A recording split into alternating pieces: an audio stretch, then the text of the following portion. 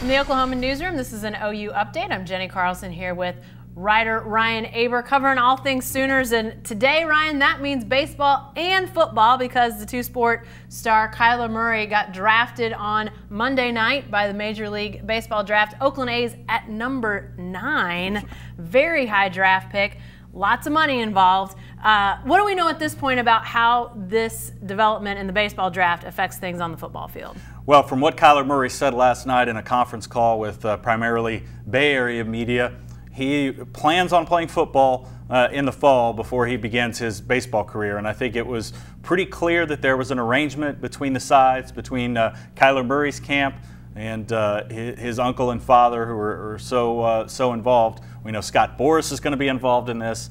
Luckily for baseball fans and people who want to see Kyler Murray continue his baseball career, things are pretty narrow as far as the contract negotiations here. So Scott Boras, when you're a first-round pick, number 9, there's not a whole lot of upward cap room to maneuver there. But Scott Boras is likely to be Kyler Murray's representative, and it means that Oklahoma fans will see Kyler Murray on the football field for 1 year and 1 year only as the likely starter. Yeah, and that was a big question, was what were the A's going to be willing to do? But we've seen it in the past that guys have been drafted and returned to another sport. So this isn't without, previous examples. But Ryan, walk us through this a little bit. A's have to agree to it.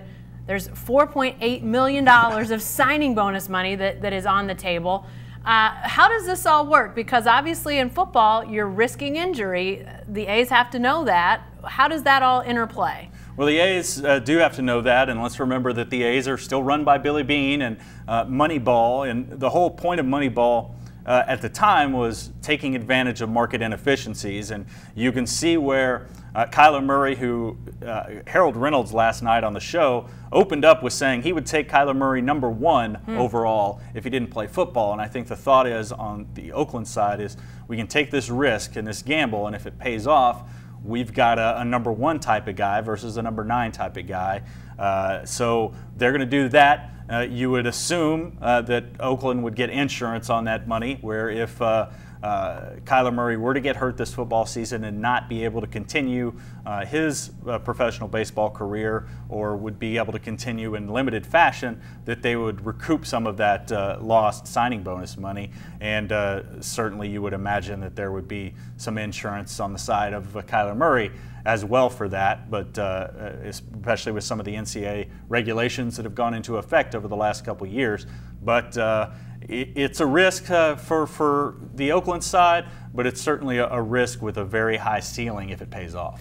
Lastly, Ryan, does this in some way show Lincoln Riley's hand a little bit? The fact that if Kyler Murray wasn't fairly certain he was in the driver's seat to be the starting quarterback for the Sooners, wouldn't he just go play baseball? Wouldn't he just start the baseball career now and say, I'm done with football? You would think so, and I think there's a pretty wide perception that regardless of what Lincoln Riley says, regardless of what he says about Austin Kendall and that quarterback battle, that Kyler Murray is the guy. And I think that's sort of been the case all along, that Kyler had the biggest ceiling, the highest ceiling. Kyler is the guy who can go out and wow people, sort of the way that Baker Mayfield did, although I don't think anybody expects what Baker Mayfield did on the field, but maybe Austin Kendall's the safe bet, and certainly he's got some fantastic skills as well. But I don't think there's any doubt that Kyler Murray is the number 1 option right now. And I guess now the Sooners also have a pretty clear vision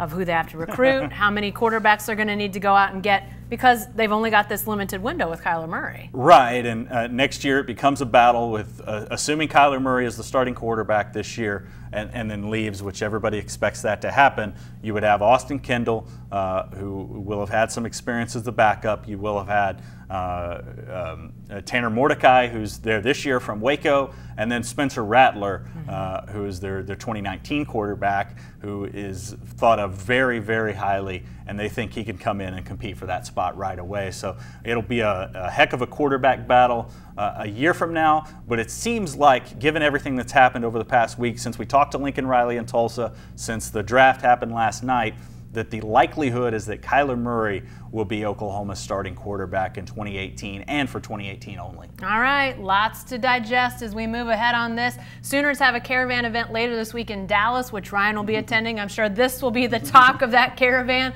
so be sure to stay with the best coverage team anywhere at newsok.com and every day in the Oklahoman.